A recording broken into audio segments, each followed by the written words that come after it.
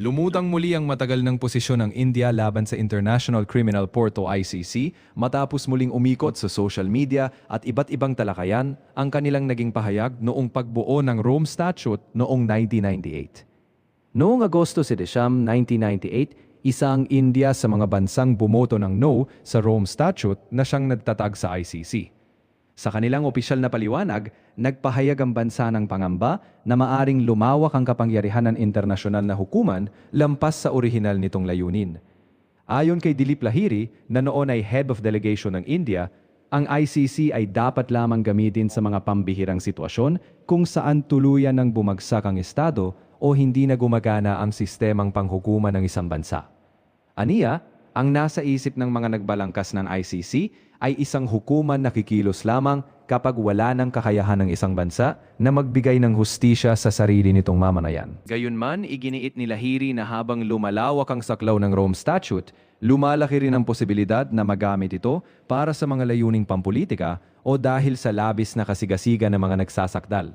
Sa kanyang pahayag, sinabi niya, "We have always had in mind a court that would deal with truly exceptional situations, where the state machinery had collapsed or where the judicial system was either so flawed, inadequate, or non-existent that justice had to be meted out through an international court." Sa Filipino, ang ibig sabihin nito ay ang ICC ay para lamang sa mga sitwasyong ganap nang nabigo ang isang estado o wala nang maaasahang sistema ng hustisya. Dagdag pa niya, "The scope of the statute has been broadened so much that it could be misused for political purposes or through misplaced zeal." Ibig sabihin, para sa India, may panganib na magamit ang kapangyarihan ng ICC sa mga usaping may halong politika kung magiging masyadong malawak ang interpretasyon sa saklaw nito. Isa sa pinakamatingkad na bahagi ng kanyang pahayag, ang linyang, "A court framed with Armageddon in mind is sick in utopia." Isang pahayag na nagsasaad ng pananaw na ang isang hukuman na nilikha para sa mga matitinding krisis at pambihirang sakuna ay maaaring ginagamit sa mga sitwasyong hindi naman nangangailangan ng ganoong antas ng internasyonal na interbensyon.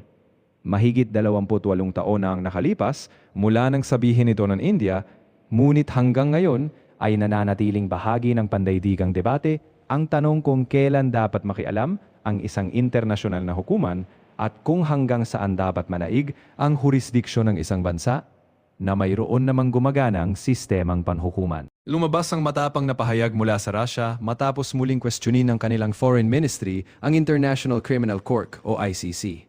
Ayon kay Russian Foreign Ministry spokesperson Maria Zakharova, ang ICC ay isa umanong kasangkapan ng kanluran para isulong ang neokolonyalismo. Giit niya, hindi bahagi ng United Nations ang ICC at hindi rin ito isang pandaigdigang organisasyong kumakatawan sa buong mundo. Dagdag pa niya, nabuo lamang umano ang ICC sa pamamagitan ng kasunduan ng limitadong bilang ng mga bansa. Kaya para sa Russia, malaking bahagi ng populasyon ng mundo ang hindi naman saklaw ng jurisdiksyon nito, ngunit patuloy pa rin umano itong naglalabas ng mga desisyong may epekto sa iba't ibang bansa. Kasunod nito, umani rin ang sari-saring reaksyon mula sa ilang netizens at commentators ang usapin.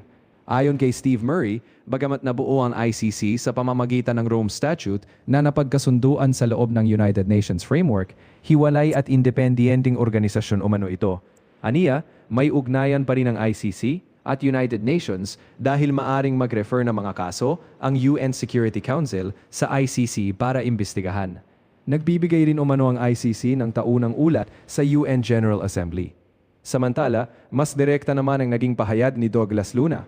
Ayon sa kanya, kung uusigin umano ng ICC si dating Pangulong Rodrigo Duterte nang hindi dumaraan sa wastong legal na proseso at pagsunod sa mga kinakailangang protokol, lalo lang ang umanong masisira ang kredibilidad ng korte sa mata ng maraming tao. Sa ngayon, nananatiling hati ang opinyon ng publiko. May mga naniniwalang mahalaga ang ICC bilang mekanismo ng pandaigdigang hustisya, habang may mga nagsasabing ginagamit lamang ito laban sa piling mga bansa at lider. Kayo, ano ang masasabi ninyo? May punto ba ang Russia na hindi tunay na kumakatawan sa buong mundo ang ICC? O sapat na ba ang umiiral nitong mandato upang magpatuloy sa mga investigasyon at kaso nito? China may matinding paalala sa ICC, huwag gamitin sa politika. Muling nabuhay ang usapin tungkol sa papel at saklaw ng International Criminal Court o ICC matapos muling mapansin ang matagal ng posisyon ng People's Republic of China hinggil sa internasyonal na hukuman. Sa isang opisyal na pahayag ng Ministry of Foreign Affairs ng China, iginiit ng Beijing na dapat sundin ng ICC ang prinsipyo ng complementarity. Sa madaling salita, ang pangunahing responsibilidad sa pag-iimbestiga at pag-uusig ng mga kaso ay nananatili sa mga bansang may umiiral at gumaganang sistema ng hustisya. Ayon sa China, hindi dapat palitan ng ICC ang mga lokal na hukuman kung may kakayahan naman ng mga ito na magsagawa ng investigasyon at magbigay ng hustisya. Dagdag pa ng Beijing, ang jurisdiksyon ng ICC ay dapat limitado lamang sa pinakamabibigat na pandaigdigang krimen at sa mga sitwasyong hindi na gumagana o hindi na kayang gampanan ng isang bansa ang tungkulin nitong magpatupad ng batas. Binigyang diin din ng China na dapat manatiling objektibo ang ICC at umiwas sa anumang political bias. Anila, hindi dapat maging instrumento ang international litigation para sa mga layuning pampolitika. Muling naging sentro ng diskusyon ang pahayag na ito dahil sa mga kontrobersiyang kinakaharap ng ICC sa iba't ibang bahagi ng mundo. Sa Pilipinas, naging bahagi rin ito ng mas malawak na debate matapos ang naging hakbang laban kay dating Pangulong Rodrigo Duterte. Ayon sa mga kritiko ng proseso, isa sa mga pangunahing tanong na kanilang itinataas ay kung sapat bang nabigyan ng pagkakataon ang mga lokal na institusyon na tugunan ng mga alegasyon bago umusad ang mga hakbang sa internasyonal na antas. Ipinapakita naman ng kabilang panig na ang usapin ay bahagi ng mga legal na mekanismong kinikilala sa ilalim ng mga international na kasunduan at proseso ng ICC.